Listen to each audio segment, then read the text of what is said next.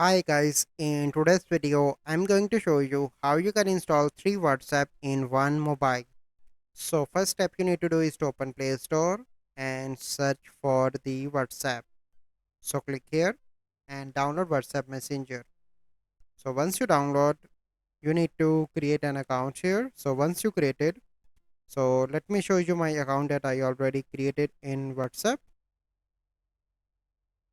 So here you can see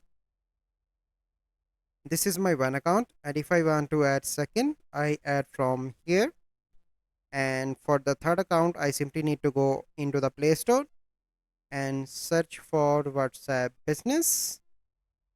Click here and download my WhatsApp Business and create another account in WhatsApp Business. So here you can see my third account is running here.